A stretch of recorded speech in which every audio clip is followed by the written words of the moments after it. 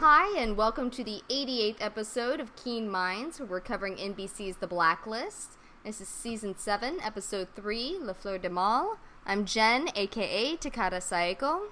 And I'm Tessa.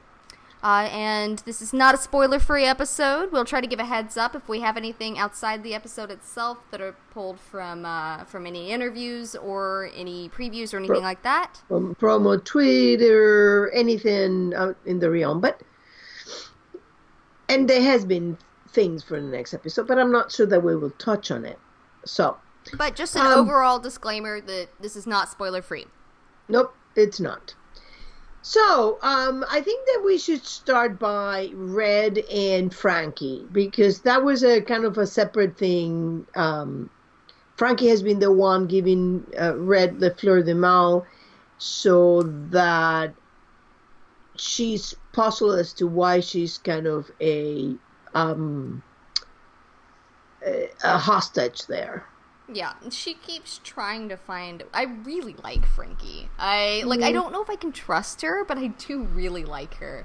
She's either the real illusionist, or she's MI5, or CIA, or Russian intelligence, or something. I don't know what she is, but I like her, and I like the fact that she's playing Red quite like she is.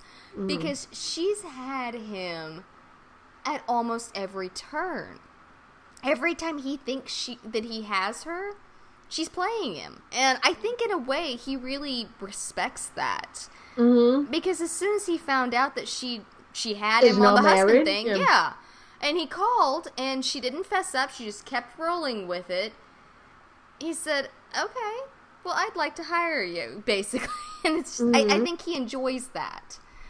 Well, that's what he said about Anna McMahon, that he found it all oddly arousing that she was a much worthier adversary. So I think that Red tends to like people who can outsmart him. Yeah, because not very many people can. As many complaints as I've had over Red the last several seasons, the fact that he's always several steps ahead remains true for the most part. I mean, he's had his hiccups here and there, but he's an intelligent person. He respects intelligence. Mm-hmm. And so I really like Frankie. I don't know who she is. I don't have a theory on who she is, but I really like her.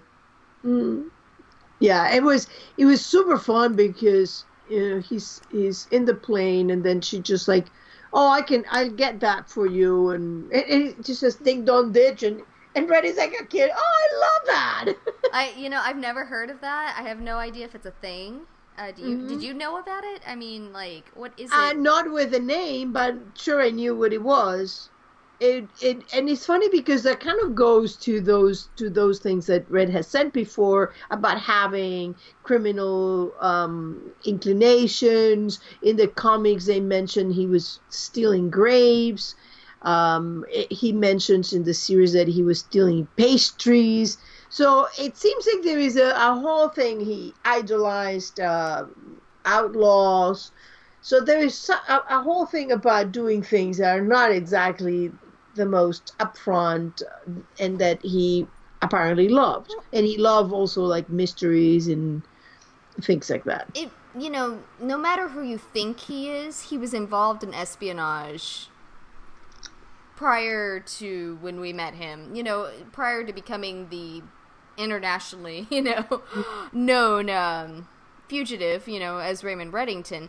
Whoever he was prior to that, he was in espionage, either with the American side or with the Cabal or with the Russians or whoever he was with. He was a spy of some sort, or at least involved with spies. And so the fact that he enjoys that it makes sense. Well, and also it goes with his father being a more moralistic man who thought himself a disciplinarian, excommunicated him. If the guy was all this upright person and he gets his kid who loves stealing stuff, seeing how far can he push the envelope, I think he would have been pretty upset. Yeah. It would not have been a very... It wouldn't have been a very easy comfortable relationship. Yeah, easy, comfortable relationship. Absolutely not. Mm-mm. But she just worked with such ease, though, in this. And she has. Every time she's she acted like she was nervous being a hostage. All she wanted to do was get away. That's all she wanted. I think that she was setting him up to put an offer out there. She wanted that offer. Mm-hmm. It will be interesting whether she ends up working for him or in the task force or what her thing is. But that brings us to the other character that Red was interacting, the Russian, which I found interesting that his name is Matya. And that it's basically Matthew in Russian with the nickname that goes with it. But his last name is Morozov, which is the same last name as the finance minister that Berlin went in an elevator and they had a little meeting, ending up with Morozov dead, because Morozov was the low level operative at that time who planted the Kirk's bomb in the building at the orders of Fitch. So it's interesting that this guy also talks about the finance minister that cost him his routes. So if he was a relative, his father or another relative that got him the power to have those Kiev routes, that could mean that we're going back to the Cabal and Fitch and the Decembrists. I never was totally certain that Fitch was the real Decembrist. I always felt that he was protecting somebody. He might have been. He might not have been. I agree with you 100% that it feels like we're going back to the Cabal. I've thought about that for a while, especially because he got a seat at the table and then it all went quiet. Well, he lost his power, so the seat was like, excuse me, this is only for people with figures or political power. It makes sense that he lost his power, he lost his money, that from inside the story that makes sense, but from outside the story, the writers knew where they were going. Yeah, the writers knew they were going to take everything from Red. So it wouldn't have made sense from outside the story to say, yeah, he's got a seat at the table. I think it's been quiet for a reason. I think that it comes back just like we complain. I mean, we didn't because we didn't have the podcast at the time. But in season 2, the Tom fans constantly complained between the episode where Bud makes the call and says, spare no expense, we're going after Jacob Phelps, and season 3 when he finally shows up at his place. Mm-hmm. It looked like they had just completely forgotten it. That he's sitting there and he's out in the open, he's doing stuff. People should have gotten to him. And it goes back to the pacing issue. And I truly believe at this point, from what I know anyway, that it comes from the fact that John Bokenkamp is a feature writer versus a television writer. And I think that's where his pacing gets so wonky. And which would make sense, I mean, it's just a totally different way of pacing a movie versus... He's writing a very, very long movie right now. And so if we were in the span of a 3-hour movie, that'd be fine to have a little bit of space in between it. I think so. And I think that's with the Cabal as well. It's gone quiet because they're needed at this point, and it just happened that he got the seat at the table a couple seasons back. Well, they did mention it during the trial, and you could see that it had been weakened, but because so long passed after the fulcrum was made, they had acquired so much power in between. Yeah. Well, there were a bunch of people... All they did was... There were a bunch of people in the Cabal that were not in the fulcrum. There were. The key players, they said they were the same, but they had amassed a lot of power during those 25 years. Then the fulcrum couldn't really do what it would have done if they had come out, 5 years after the fact. Well, then it was like totally... Laurel Hitchin wasn't in it, obviously, because she was the one front and center saying, Thank you, Task Force, and Donald Wrestler for, as everyone, including Donald Wrestler, rolled his eyes so far back into his skull that they were about to get stuck. Well, so I think it's important that we're doing this and we're going back. And I thought it was interesting that they used a name like Morozov and him mentioning the finance minister. His meeting with the finance minister ended with the life of the finance minister. And now this guy lost his route, so he has a little grudge. The other thing that was interesting about that meeting is that we got an idea of that. Remember in the last podcast, we were talking about how I thought the Townsend directive was a little bit like the crowdsourcing of lists. Mm-hmm. And that's exactly what it was. He bought in. Yeah, I have that in my notes. Because that was the only thing we really got about the Townsend directive in this particular episode. And it was very interesting that he bought in. And you kind of get the impression that maybe Reddington did too, because he knew about it. And so he at least has knowledge of who bought in. And he felt like this was the place, this is the weakest link. That he could go after it. And... So basically, it's like they search, they put a pot together, and whoever gets her, it's almost like a game, which was very interesting because of the episode in which they put that in. Yep. And also, I find it interesting because Red is a thrill seeker. I mean, he loves things dangerous. He thrives on that kind of danger. I find it interesting that they were doing that, and that they had this couple at the beginning. I've always said I think that Katerina was his wife, and they were basically playing games, and that was a thrill for them. So it's interesting to me. This episode was very interesting in this regard. Do you have anything else on Red and besides the beef stroganoff, that we go back also to Janice and the stroganoff and putting the head of Henry on a stick in New Guinea? It was great. Yeah, I stick with, I really like Frankie. I just like everything with her in this episode. She's gonna be a favorite of mine for Red's army. And so, your eyes lighting up when I said that maybe she's a real illusionist. I like that. I hadn't heard that thought, but I really like it. It would fit well for her, and it would fit well for the illusionist as well. For the illusionist to have a buffer that was well trained in illusion, like the Jinn. Yeah, exactly. Yeah. And so I really like the idea of the buffer system to.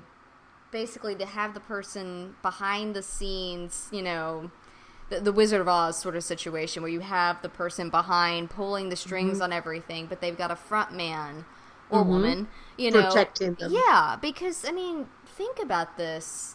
You're going to be making enemies there. And it would make sense for someone that is so good at forming up illusions to have that the next illusion layer. That they're not it. Have that next layer. And she knew, we talked about this last week, she knew so much more than everybody else that was working for the illusionists did. And so either she is the illusionist, or she got into the illusionist with the objective of getting either to Rostova or to Red. She is definitely not who she says she is. And I know Red pulled the, he asked her what the call sign for a medic was. I mean, but you could get that information. She may have been a medic. She could have. And she may have been. She obviously knew enough to get by. So she may have been a medic. But that's also something that, it's not like you couldn't have found that out. Not, anybody could find that out. It would need a very good operative to know everything there is to know to make that. But then again, True. But it does happen. Tom Keane, on one afternoon was able to pass as a Navy SEAL. So, that doesn't quite, if they're good, they're good. Exactly. All right, so do we want to move into... there really wasn't a lot for the task force outside of Aram. Wrestler had next to nothing, and Cooper really only had... He had a weird moment with Liz, and he had a weird moment with Rom. And so I actually wasn't a fan of either of his moments. So that basically leaves us with let's talk about Liz and this woman, Blonde which cat. I cannot call her Katerina. Yeah, blonde cat. You know, in print. I mean, They're in quotes. I gotta say, Lila Robbins is absolutely kicking it out of the park. Well, she's incredibly talented. She is, and those little things and the menace that was in those scenes. And she was getting the impression of the king, and she said, "Oh, don't worry, I came when I came for." I will say that, and I was talking with a friend about this earlier. And I guess I should preface this by saying, I think Liz suspects she's Kat. I think she suspects she's her mother. I mean, she's laying it on so freaking thick it'd be almost impossible not to. But she's doing what she has done with Bread for years, and basically, if she does think that she's Katerina, not bothering to worry about anything else, just overlooking the fact that her keys suddenly came up missing, and little things are happening. She's inviting this woman into her home on a regular basis. She's letting her sit with her child. When two episodes ago, she was talking to Cooper about, what if my mother's a horrible person? And now suddenly, you may be my mom, so let sit with my kid, read her Little Red Riding Hood, please, that's awesome. And yeah, I got that same feeling that, does she suspect? I mean, there were moments I was sure that she had to suspect. Others I thought, I mean, is she? But then that's the same thing that happened with Liz thinking that Red was her father. I'll put it this way. If she does suspect it, that's not fantastic to put your kid in the middle of it. And to risk all of that with your kid around it. If she doesn't suspect it, then they aren't writing her with any sort of respect for her intelligence. I think that she has to have a little something. I mean, first of all, the woman could look like an older... The Katerina we have met, the Katerina she remembered in the thing. So that's a little concerning, because, I mean, we're not talking about what Katerina would have normally done, which is change her face. In fact, in Color, we see a woman changing her face. So why would this woman actually look like an older version of herself? Unless... Well, I think she's a very good manipulator, and I think she's working Liz to drop the kind of hints that Liz would be looking for from her mother, to emotionally manipulate her in this direction. I feel like after everything, after Tom, after Red, after Kirk, I mean, all the things that have happened to her, and Kirk wasn't, I mean, he legitimately thought he was her father, but with everything that's happened with people not being who she thought they were, if she thinks this is Katerina and that's why she's letting her in...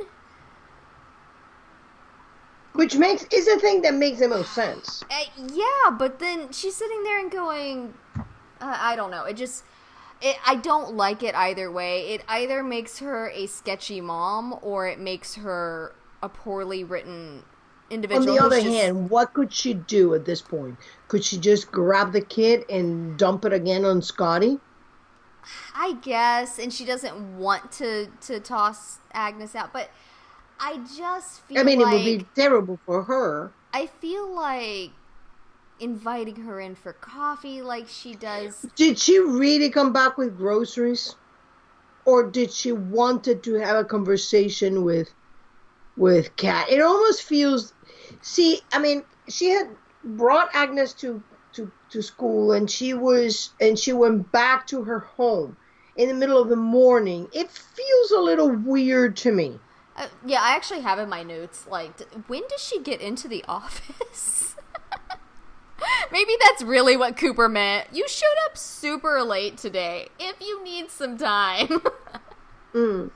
Well, it seems to me that was a very deliberate attempt to go back to see whether if every time that she's coming back, And this woman is coming out. and maybe, but why would you send your kid to the door to ask for this woman to come over and read a story? It just, Well, I don't know. The whole it's a thing very is, red thing to do.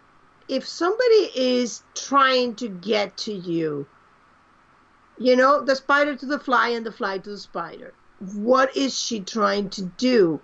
If this woman is coming to her and she's suspected of being her mother, and suspect her that is the woman who abducted Red, maybe she's outsmarting them because I mean, think about this is the total opposite of what she has of what anybody else would do, which is like try to get your instinct would be to try to get away from them. And I think what Liz have realized is think like a criminal.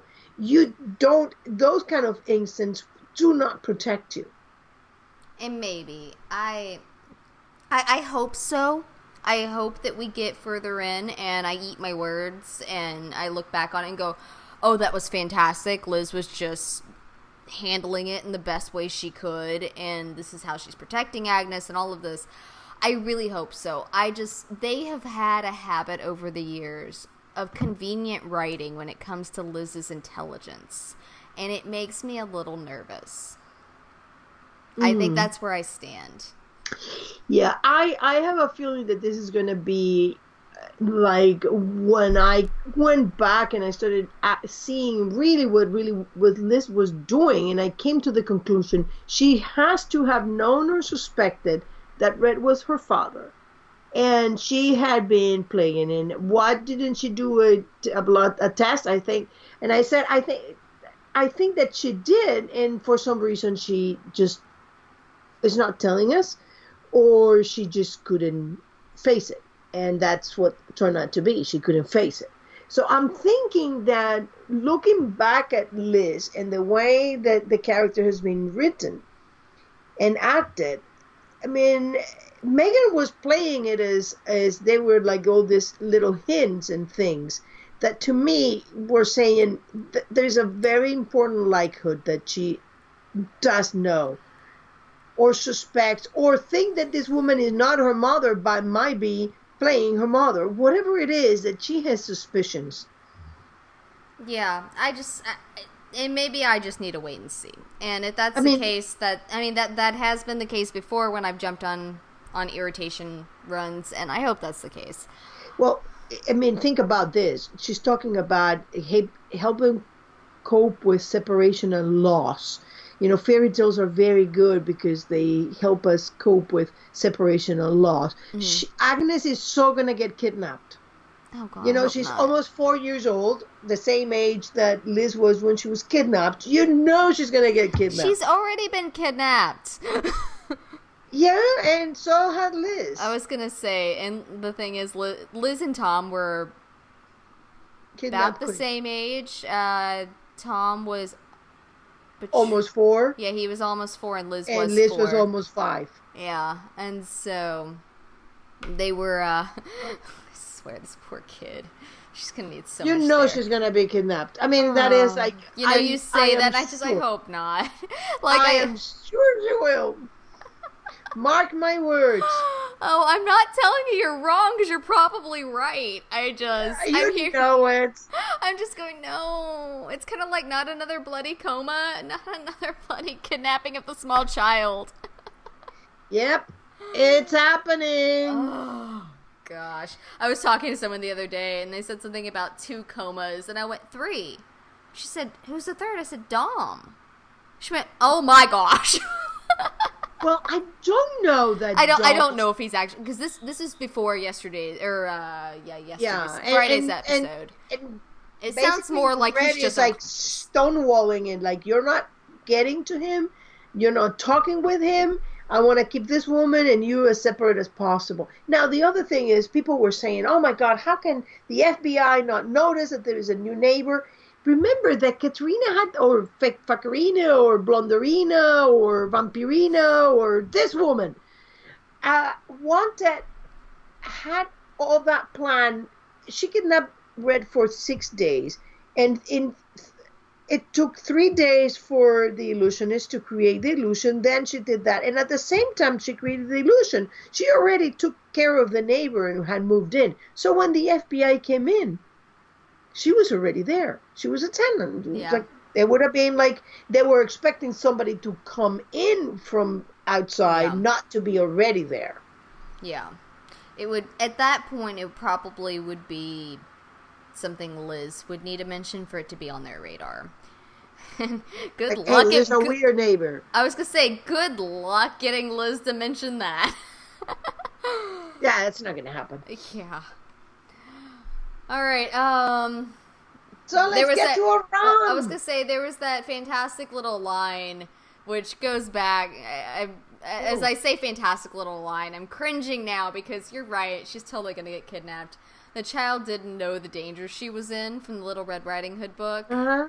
And I'm just sitting there the whole time going, this is so on the nose. Like, they talk about in script writing books, you know, be careful of writing where you hit things too on the nose. And I feel like this I can't tell yet if it was too far or just right up to the line there. And she's reading Red Riding Hood with a big wolf disguised as the grandmother reading to the child. I mean, I did like that. Like, I have a lot of complaints about the episode. I did like her reading that book. I mean, if she's got to be in the home reading to her, then yes, that was a nice thing. And combine that with the, was it Running with the Wolves? Was that the... Oh, yeah, and that song was so creepy. Oh, I liked it. Oh, I liked the song, but it was creepy with the book reading. Yeah. Oh, I liked it. That was good. All right. So, Aram, get ready for the rants, because all of my rants, well, not all of them, obviously, but the majority of my rants are here with Aram. I loved it. I gotta say, I enjoyed this episode enormously. It didn't have a lot of canon, except, you know, a couple of bits here and there. But I so enjoyed Badass Aram. Okay. No, I liked that Aram went. Let me backtrack. So what did you not like? Let me kind of give my spiel on it. Overall, okay. Let me it's give a full-on rant. Let me structure with notes. No. Well, yes, but there's not a spreadsheet. So step up, people. There are notes. There's no spreadsheet. Give me some credit here. Yep. It's just a rant with notes. My cat's agreeing. He's down there going meow. So the Blacklister. I feel like it was an incredibly interesting premise. Like, when it got started and the guy exploded, I went, huh. That's interesting. All right, this could be interesting. And people started clapping. It was great. That scene was awesome. I said, it's interesting, but I felt like it had a poor execution.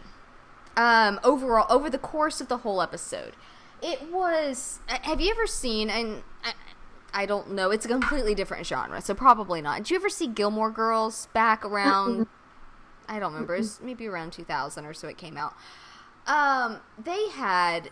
When the daughter in Gilmore Girls was in college, they had a unofficial group on her campus called the Life and Death Brigade, which was a bunch of rich Yale kids that basically went out for a long weekend to some undisclosed location, got really wasted on champagne, and did crazy stunts.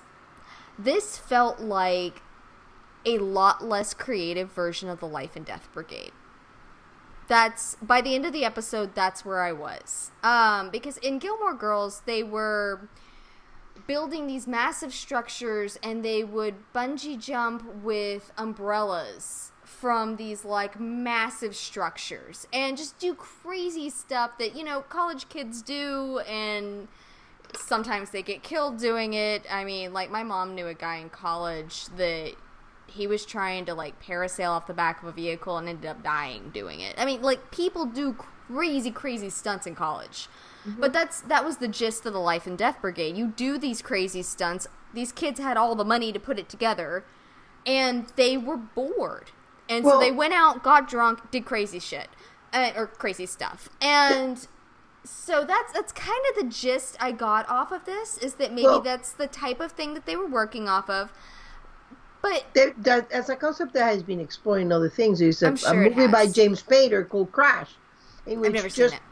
That people get their kicks out of crashing their cars into somebody else, so they will get two people will get together and got a car and crash into one another. But and then have sex. And then have sex. And they were kind of like because it was a James Spader movie. Dying and like all crumble and full of glass and mangled. Of course, because it was a James Spader movie. But I felt like I loved the premise that basically they were bored and they were trying to feel alive again. I thought that was fantastic. I thought it was a great nod to where Aram could be in a very deep depression after Samar. All of that worked really well for me. Mm-hmm. But I felt like putting someone, when the only thing that they were doing was locking someone into something that they were never going to get out of, because it sounds like nobody got out of it ever. Oh, I think that they did. Because remember that they hired the illusionist to create an illusion, so some people did. Maybe. Otherwise, it would be too predictable. And that's exactly what I was going with, is that what we got seemed like they always killed them. And even, I don't know, I just feel like that there should have been more participation, that there should have been a wider range of things other than I'm sticking you in Death Trap number 15, you've been stuck in here. I felt like it didn't have a lot of imagination there. I don't know, that's just where I came at it. By the end of it, I didn't feel like I was nearly as impressed as I was at the beginning. Mm-hmm. Just my take on the Blacklister. It happens. I love when wrestlers said that, you're going to get a rush when, that was with the injection, that's going to give you a nice rush. Right before it kills you. Yeah. That was a fantastic line and so perfect. And Liz is like, yeah, me and you've come a long way. Way to go, Russ, are you getting it? Russ has made those kind of comments for a long time. But, so, my rants. I have 2 rants. Okay. With Aram. And they both have to do with Aram. The first, not necessarily, that it's more of a writing rant, it's just with Aram and Cooper. They were discussing, why it was good for Aram to go in. Mm-hmm. And I feel like it's one of those, I get more irritated when it could have easily been written with just a few tweaks and it would have fixed the issue and it wouldn't have been that hard. That's where I get really irritated, and that's kind of where I was with this. They completely, and let me get through this because I know you have a counter, and it's fine. I have a counter to your counter. Okay. Because you commented on my Tumblr post, so. But it's like they completely forgot Audrey. They made the comment and said, that Aram needed to go in because he knew what loss was, and he felt that way. And then I'm going to open it up because your counter fits in right here. Well, if it's the one I'm thinking of. I mean, both Liz and Wrestler. I mean, by now, everybody in the task list, other than Cooper, have experienced loss. The task list? The task force. The task list is I love good, it. Actually. No, I want to adopt that one. I love it. So the task force, I mean, Wrestler and Liz have lost their loved person to death. Yeah. Whereas Aram was in a very similar situation like this woman was.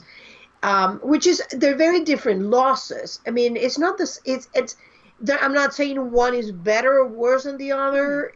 They're both very different and both very hard. To lose somebody because they died and to lose somebody because they basically manage. They're basically either gone, or they're, it's vegetative state, Yeah. or coma, or brain dead, whatever it is.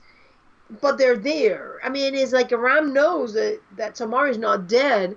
It's just that she cannot be with him, and eventually, even if they manage, she would be lost to him.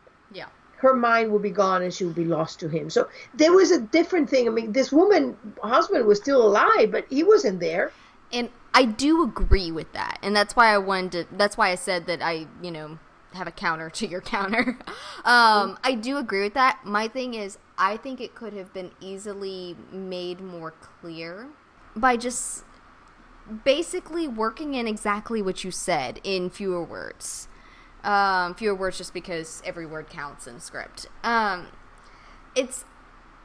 think that was the idea behind sending Aram in. I think it was a good idea of why Aram should go versus Wrestler.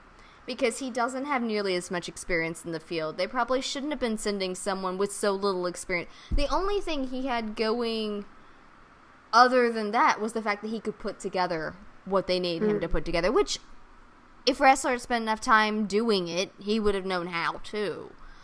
But you had a tech expert in there in case anything went wrong.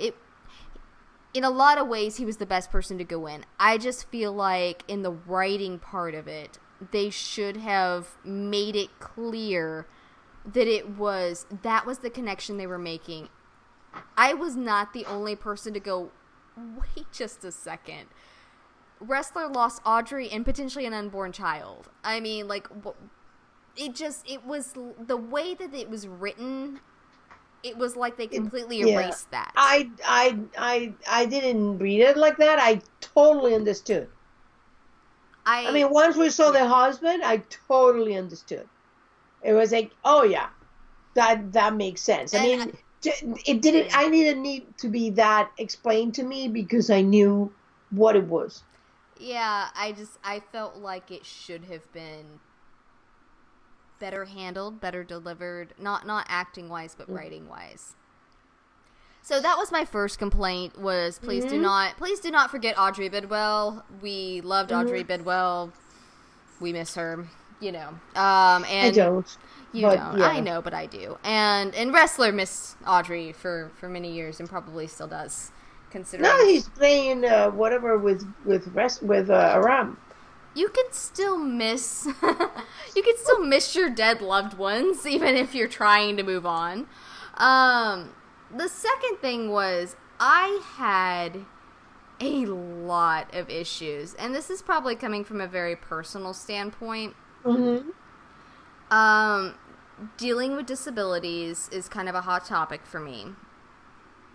And I had a lot, I would have much rather them have killed the husband off, and she was trying to avenge his death, whatever, if they were going, I don't really I feel like it's a disservice to Samar to put him together with anybody, even if it's a bounce back.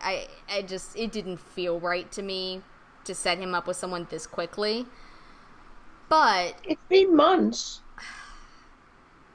Yeah, it's still traumatic.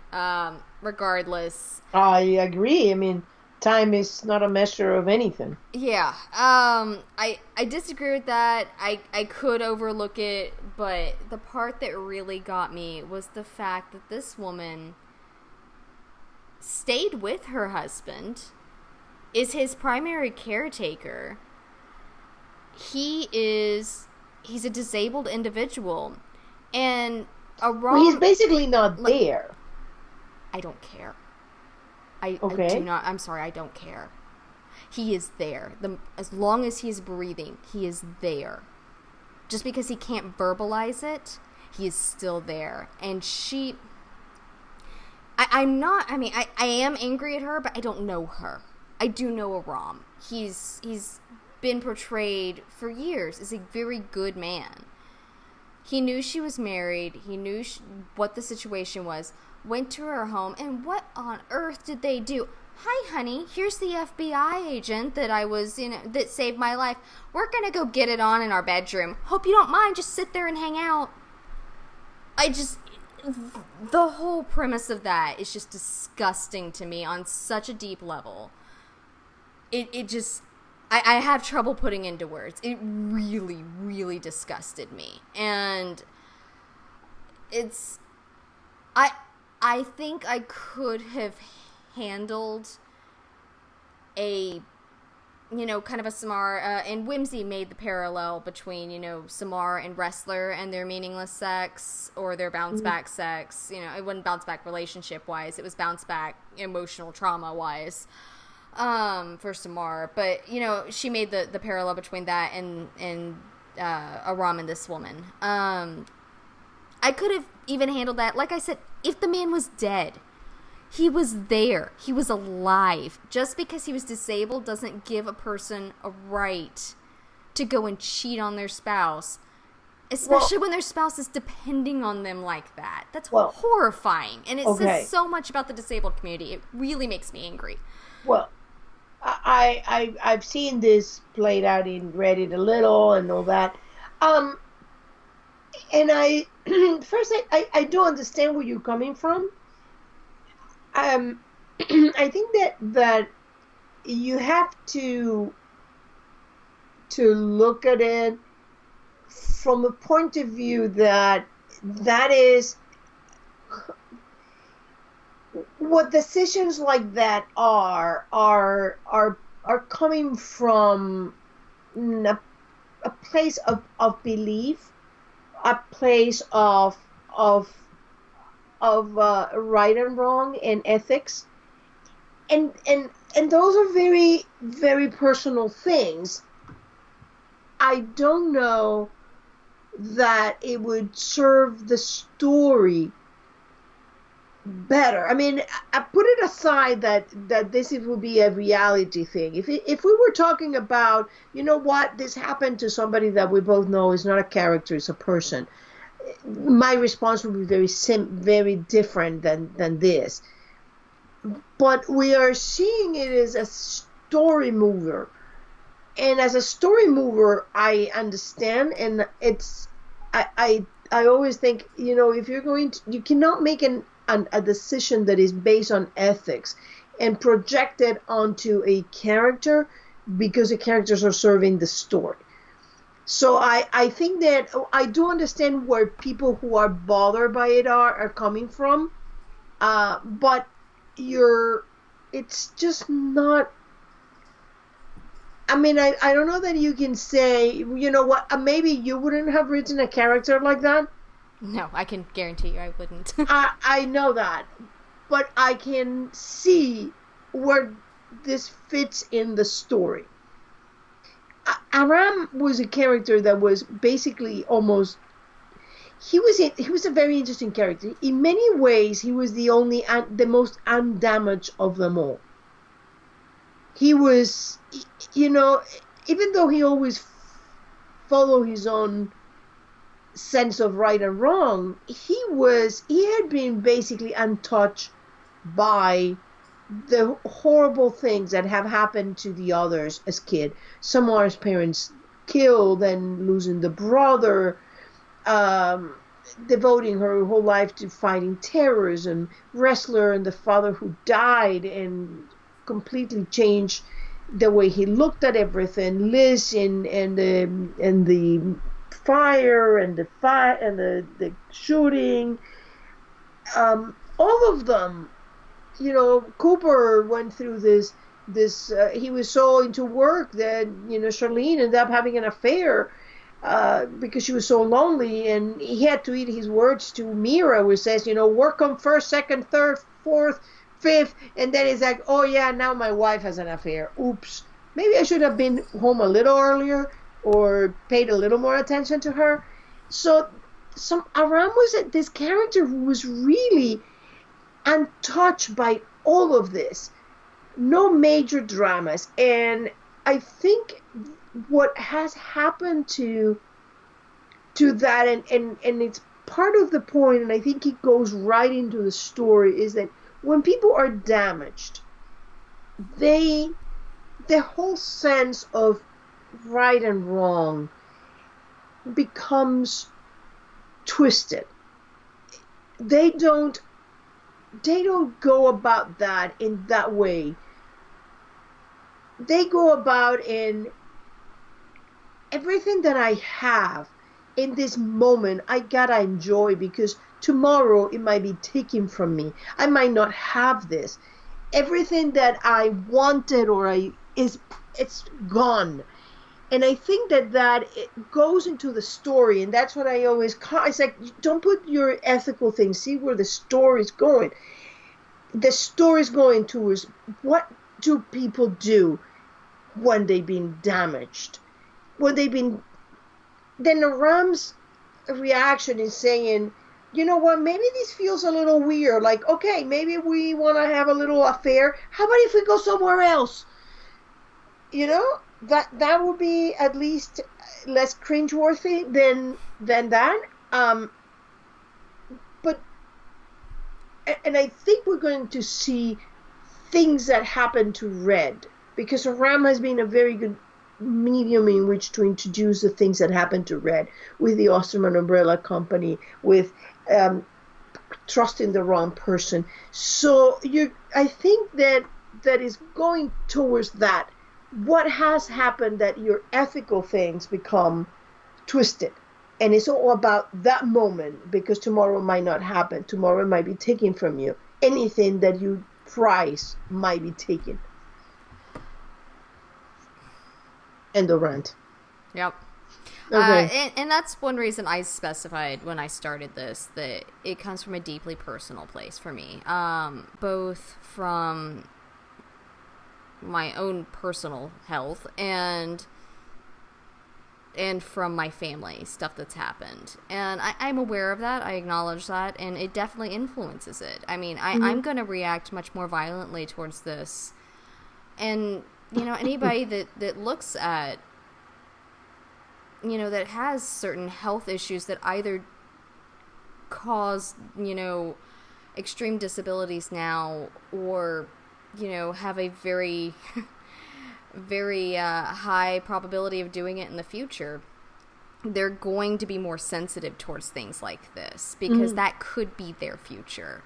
And that's horrifying, to think that you trust somebody and that's how they repay that. And it's really going to depend on how, because this actress is coming back, it'll depend on how they react to that. Are they going to offer this up as this is Aram's new healthy love interest? Or are they going to write this as this is a screwed up situation that he should not be in, but he is, and this is why?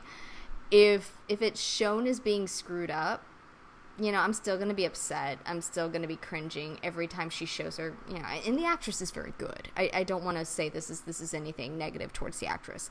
But because of the way it was written, I have a very, very strong and very negative feeling towards the character, which is funny because I really have never... There are very few characters I've had that kind of reaction to in the Blacklist. It's... I've always been... Even when I don't particularly like, you know, a character, I'm always like, well, you know, it is what it is. But yeah, this one hit home in a lot of ways with me, and we'll see how it's written moving forward. I hope that it's written as horrifying as it is, and if it is, then it will feel, as you said, a choice in the writing. They were aware what they were doing, and I think that's my fear, is that they've done something out of ignorance, and that they are going to I mean, and you can't, I know, but that's a personal thing, and you're not the only one who feels that way. There are a lot of people who are indignant. I tend not to be, to me it feels like the relationship was not good when he started, you know, when he decided she didn't even go there, because so you could tell how... Wait a minute, no, what do you mean? She didn't go where? she didn't go to with him. She had no idea what happened to him because she wasn't there. Oh, You know, it yeah. was he wanted a thrill. He decided to make it as a gift. She decided hell no, and he came back paralyzed. So to me, it's like that's a very difficult ethical situation to go into, because you don't first. I mean, any two persons create a world that is very different, and you know, if you abstract your personal feelings about it, it's like where is right and what is wrong in a situation such as. I mean, obviously the marriage was on the rocks and probably ending. I mean, you decided that you go to see whether people get killed or not. That is says to me, you know, Palsy, that guy was probably trash. Because people who go to that kind as the one thing that will make you feel anything, that's pretty bad. I mean, Yeah, but she's still living that's she's still living in his massive house. I mean, is she the well, you CEO don't that know brings that it it? was. I was gonna say, is You she the don't one know with all that the it money? wasn't hers. Yeah, you don't know. I Not mean, the they're impression I wealthy got. people, so I mean, you're making her. You're influencing and making her like she's living off him. Maybe she hasn't divorced him because she feels like, okay, well, maybe I'll take care of him.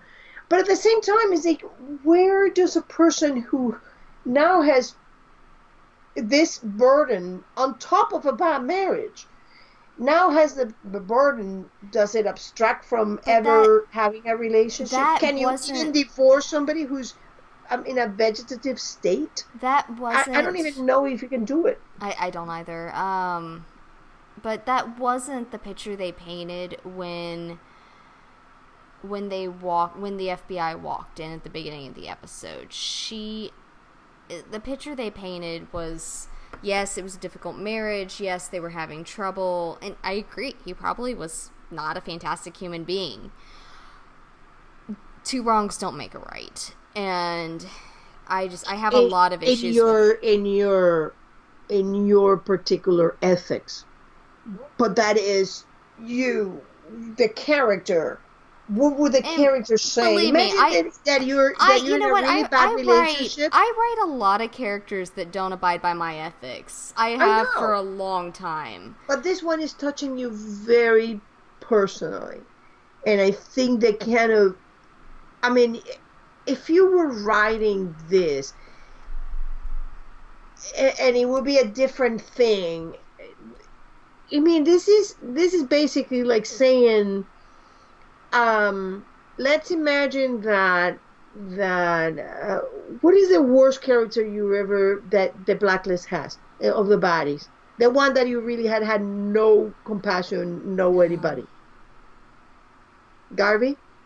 Yeah, I really hated Garvey. Okay, I was so ready then for them to imagine shoot that him in the face. Garvey is the one who's paralyzed in there, and there is Mrs. Garvey, and it's like this guy was a criminal, he was this, and now not only having messed up my entire life, now he's messing up the rest of my life, being a vegetable for going in after something that was none of his business to take care of a kid that wasn't his instead of being with me and then being with whores in hotel rooms instead of being with me. Hello.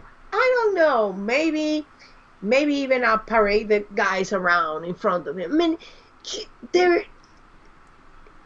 if you make it like she's like a bad guy, she's living off his money, maybe she's the one with the money. Maybe they both have money. Maybe she hasn't divorced him out of like, I don't know, maybe I'm a nice person. And this idiot that I would have divorced long ago, now I'm saddled with. Or maybe I feel like, hey, maybe he's such a bad person that nobody wanted him. Nobody's going to take care of him. So I'm doing the best I can. I don't know. I mean, I guess I understand where you're coming from, and I know that it comes from a value system. So value system cannot be discussed because you believe what you believe, and it comes from a place deep inside that you can really talk about. But I'm just saying, look at it in the sense of this particular characters. He was despicable. I mean, anybody who goes there and gets a kick out of seeing somebody dying, it's despicable. Do we know how much most people know going in, though? I mean, going off just the same set of we don't know this. She knew that. She knew that somebody was going to die. Okay. Yeah. So they go there for a thrill that somebody might die or might not die. Because the statement she made was that it was... sharing something so intense or something. Yeah. I mean, like, I'm not at all defending him because he probably was a douche canoe. I mean, honestly, anybody that's their thing, you know, you want a thrill, go skydiving, you know? Yeah, I mean, and that's the kind of thing they did. You know, everybody takes a skydiving, but you know that there is one of them that doesn't open. And you will go on. That would be a fair one. But that still, you would take your wife knowing that maybe she will be the one killed. You know, that to me, that it's a very different thing that if you have shown me a character that was a stellar guy and then the wife is doing this, I would be taking a very different position from the point of view of the character, because the character would have shown me this is a good person that got dealt a really bad hand and now this is happening. Instead, they're showing me a total creep that got dealt a bad position, and I hate admitting this. Like, I hear your logic. I do. And I am willing to admit it's logical. I'm way too emotional about this. That's, like, that's all I can give you on this. Like, that is the only place I can give you on this. Because I do hear your logic. I don't want you to think I don't. Because I hear it, and I feel like with any other scenario, disabilities hits me hard. Just, like I said, personal and family, and just a lot of different directions here, and so maybe this is just the one that... Did you feel that bad with the guy in Lady Luck? Because that was, I mean, I felt terrible for that poor man. So he was a gambler. He was a gambler. He had an addiction. But she wasn't painted as being she was horrible. Yeah, like, she was painted as horrible. So, like, no, I felt horrible for him. I mean, like, was he a good person? Probably not. But that doesn't mean that he deserved... he was a gambler. That doesn't mean he deserved what he got from her. No. He needed help. He didn't need for her to be psychotic, you know? Yeah, well, it's what I cited. Is a gambler marries psychopath. Yeah. And they have psycho baby. Yeah, yeah. I mean, it's the same situation. The same thing that you're seeing is somebody who's disabled and their life and their spouse is doing something that is not exactly kosher. But at the same time... I was going to say, we had the same issue with, what was the guy's name that had the memory issues? That he was injured and he had the memory issues. His daughters died in the car. It was the episode where Tom and Liz finally got remarried. Oh yeah, the travel agency. Yeah, that could be considered the same too, because she did stick with him. She stuck with him in order to make him suffer. Yeah. But she was also painted as a not fantastic person, and I think that's where the issue is for me. Is I can't remember this girl's name. What's the character's name? It starts with a D. I can't remember. It's a weird name, but anyway, Denise or something like that. No, it's not all that. It's one of those names that you're like, okay, your parents were billionaires. But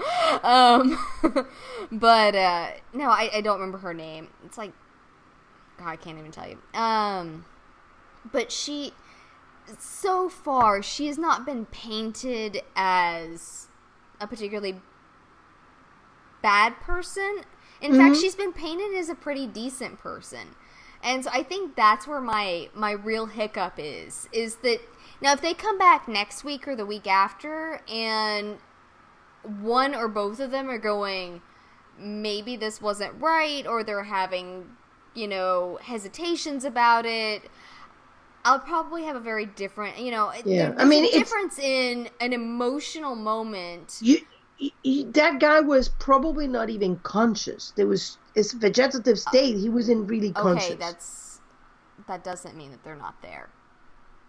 It's Well, that you hit on the personal issue. You didn't know it, but you yeah, hit on it. but again, they're telling us a story. So the It's reason they chose that is because they're showing us Oh, a I know story. why they chose it. Don't get me wrong. I Yeah. am well aware why they chose it. I just don't like it as it stands right now with what I know. It is not setting well with me. And Well, it you're is gonna have. emotional. I am aware it's an emotional thing. Yeah. That doesn't mean that I feel any differently about it, acknowledging that it's emotional. Yeah. Well, it's going to take the story to one Maybe. place. It better move the story forward. I hope this isn't just oh, look, we've got a a lady toy. Yay. If this is just to hook a Rom up with somebody, I'm gonna be really pissed. If Well, it's advancing Aram's character growth. why He's does he going need to in. be with someone to advance his character growth? Someone made the comment to me today, yesterday, I don't remember when. Said, why is it that a Rom's entire character arcs involve him falling for somebody? Because he made it a story. They made the character. Didn't he say, I have a horrible taste in women? He said it. I have, the one and the porn addiction, the one that had a gambling problem. The other one was like, hello, he's taking it to a whole new level. I mean, let's say it. Samar was not that good, For him, it was a step up. But, I mean, talking about a woman with issues. Yeah, like one day there's going to be people chasing me to kill me. We can talk about this until Kingdom Come, and we're both going to have very different... I acknowledge, and on a level, I can understand where you're coming from. I am too emotionally invested because I have too much of a past with this particular subject matter to come out of the emotional response. But at least you acknowledge that they had made him be a person who falls in love with a totally wrong woman. Yeah, Janet. Well, Janet, and he mentioned a slew of the other ones. Yeah. The one with the porn addiction, the one that was still married, the one that has he? Okay, so he's been said to date a woman that's been married before. He didn't know she was married. He but knew about she this was one. Still married. So this is not coming out of the blue. I mean, the guy has a history of going for the wrong person. And maybe that's what they're saying about Red, that he went for the wrong person. I mean, Katerina doesn't seem like the kind of woman who leaves behind her a bunch of people saying, man, she was great. It's usually, I love that woman, but that B word destroyed my life. If they're alive after it. Yeah, exactly. So that is like, there is a pattern here in the story that's been told, and I get the point where people are coming either from religious standpoint because of believing in marriage, because the issue of the disability is I get those emotional or ethical things which are different to reason, but the story is, to me, is they're just taking Aram from the logical point where he started to where he's going. He's going to fall for the totally wrong woman. Just like wrestler would probably just go for a perfect right woman who just hopefully a little bit less silly than Audrey and not go and run away from guns instead of towards guns. But other than that, which I've been my gripe with her, yeah. So wrestler, I mean, it's like you expect the characters to go to some places, and I think that Aram totally falling for somebody wrong, it goes right there. I mean, the man has a terrible taste. He even testified to it in a hearing. He gave a whole list of the bad women he had dated, and Samar wasn't exactly what you call a stellar choice. I mean, this is a woman who was a Mossad agent who eventually, because she had dropped what do you call it, the on the other agents, she knew there was a risk that one day she will be getting a burn notice with a kill order. So I'm not sure that she was that good as a choice. Probably better than Janet, which at least she kind of loved him. But I mean, yeah, he's like totally going for the wrong one. Okay. We're gonna have to agree to disagree on this one because, like I said, I was fully expecting it. Yeah. And so that's what do you thought about Aram Bond? That was awesome. I thought that the throwing the gun at it was a bit extreme. Now breaking disrupting the integrity of the glass with shooting it, yes. Being able to throw the gun with enough accuracy at the places that the integrity was compromised.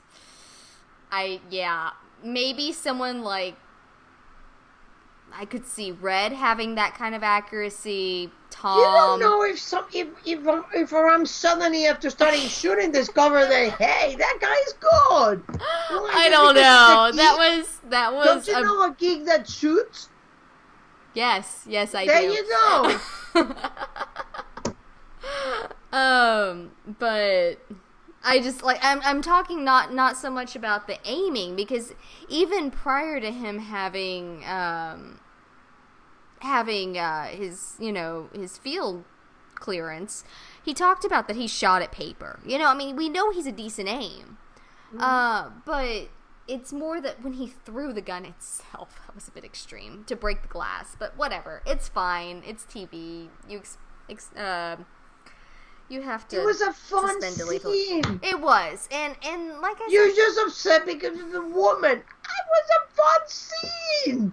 He just kick ass, and suddenly he was fighting people. It was great. I'm proud that he didn't die. Good for you, Aram. Yeah, he did pretty good. I never thought I'd see the day the blacklist could make me angry at Aram. Oh my gosh. But I do think that he was the best choice to send in there just because of the technical side of it. He needed experience, as Cooper said. Yeah, you don't tend to send people in to get experience on places where they have zero backup. But, hey. Well, they didn't expect that they had backup. They didn't expect having jammers. Yeah, well, they probably should have thought about that. But, whatever. There was a lot of conveniency there. He has been in those kind of places in every situation, being on the field. When he went to the Black Mass, they were jammers too. Yeah, that's what I'm saying. They should have known they were going to be jammers. That's not something that takes a whole lot of thought process. But yeah, overall, this was not my favorite episode. I loved it. I freaking loved it. Glad you did. I enjoyed enormously seeing Aram in there. I actually liked the blacklister and the board people that the guy explodes, because it was very great. To me, it was great that they brought back when Fitch exploded, and the emotional reaction of Red seeing that when you have that this case and everybody just starts clapping, and I thought it was how crazy do you have to be? They were so nuts. And it really fed off of the, what do they call it, mob mentality. Where, yeah. and you saw that, you saw that with the FBI thing. One person started laughing, everybody started laughing. Aram comes out as FBI. The guy says, we're gonna throw you in, drown you. And then suddenly it was like this mob had gotten started that wanted to drown them. And it was another thing that it reminded me of. I haven't actually seen the movie or the series that came out after it, but the it was the gist of it, I'm blanking on the name of it, but the gist of it was that, for 24 hours, you could kill anybody. that, like, it was a thing that America had passed a law that, like, for 24 hours you could get away with murder. And it was supposed to... I don't remember what the name of that movie was. It was a thriller flick that came out. And I think Fiona was actually in it. And so... Oh, totally her character. I think she was in it, because I actually considered watching it. It was...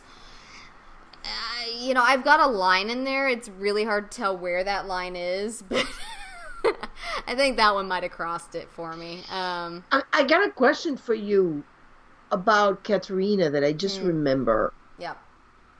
She said, "I miss having children." Mm-hmm. You think that means she had more than one? I actually thought about that during the first watch through, because children instead of "I miss having a child." Mm-hmm. Yeah, that's kind of what I was thinking, was that, oh, do you mean you had multiple children? Is that what you're trying to tell us? Yeah, I had the same thought. It's a really good point.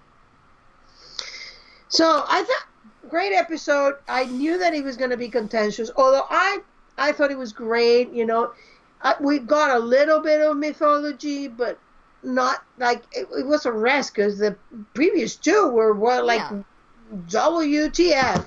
Yeah, there's still a lot that'll... Yeah. I mean, it's like, you gotta just, like, take everything and now make a spreadsheet. I mean, Jennifer got a spreadsheet, people. I did. Yeah. That after that, you need a couple of episodes to rest. And we know the next one is not going to be so. So it was nice to have one that was like... Next week's Kuwait, right?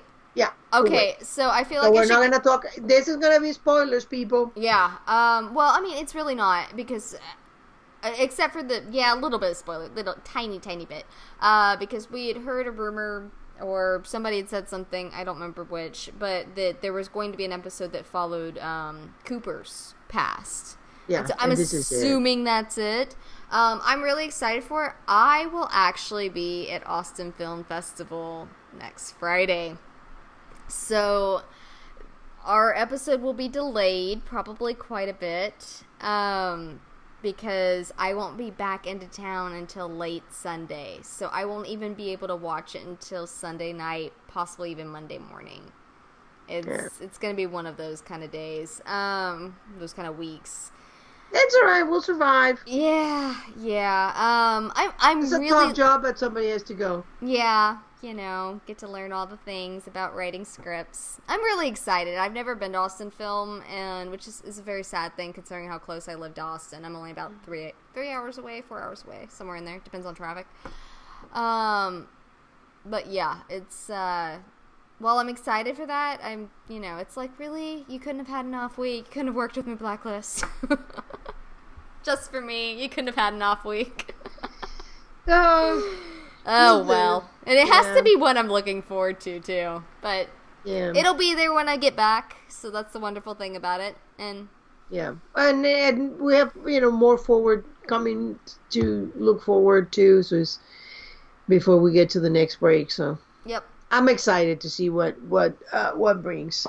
I think I don't have anything else, do you? I do not. I think I've about tapped myself out emotionally. I feel very strongly. It's a big glass of wine. It's, I think I need a second. That's a kind of rant.